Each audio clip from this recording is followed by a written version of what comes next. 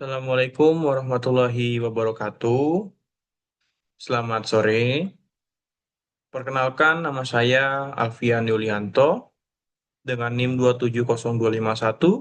27002510291 dari Fakultas Teknik Industri, kelas BSDA. Di sini saya ingin memaparkan laporan proyek dengan judul Pengelolaan Limbah Industri Miso-Soup.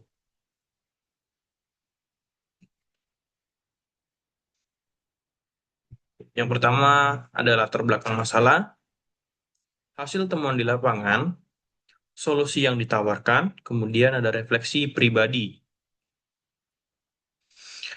Industri pangan berbasis fermentasi seperti miso soup menghasilkan limbah cair dan padat dengan karakteristik organik yang tinggi.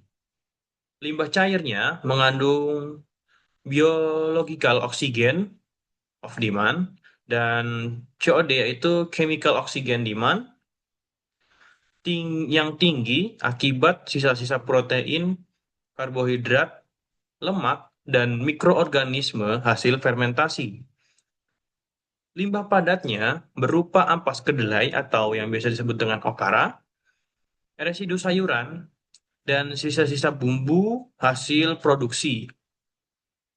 Jika dibuang tanpa pengolahan yang memadai, limbah dapat mencemari air, memicu eutrofikasi, dan mencemari tanah. Regulasi pemerintah dengan tuntutan SDGs mendorong perusahaan untuk mengelola limbahnya secara bertanggung jawab. Lalu ada rumusan masalah. Bagaimana proses pengelolaan limbah, cair, dan padat agar hasil buangan memenuhi standar baku mutu yang telah ditentukan. Yang kedua, teknologi teknik lingkungan apa yang dapat digunakan untuk mengoptimalkan pengelolaan limbah cair dan padat.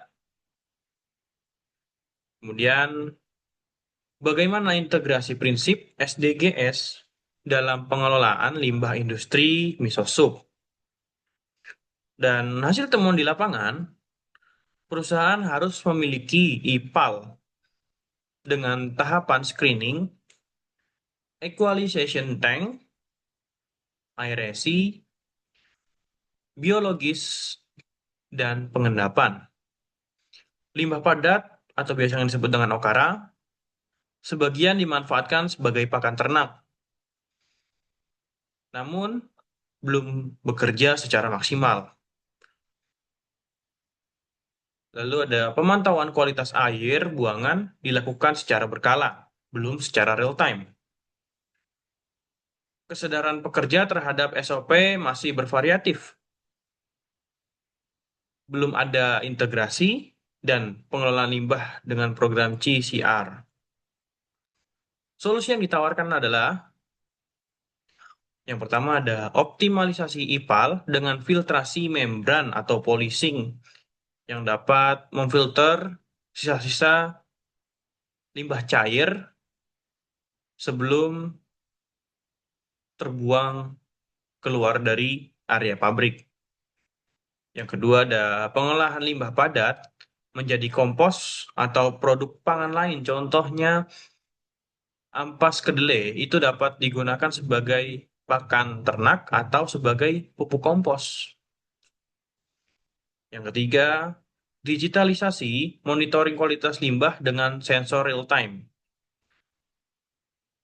Kemudian, edukasi dan pelatihan rutin terhadap karyawan terkait SOP dan standar-standar SDGs yang telah ditentukan. Dan yang terakhir, integrasi pemanfaatan limbah dengan program CCR masyarakat. Lalu ada refleksi pribadi saya.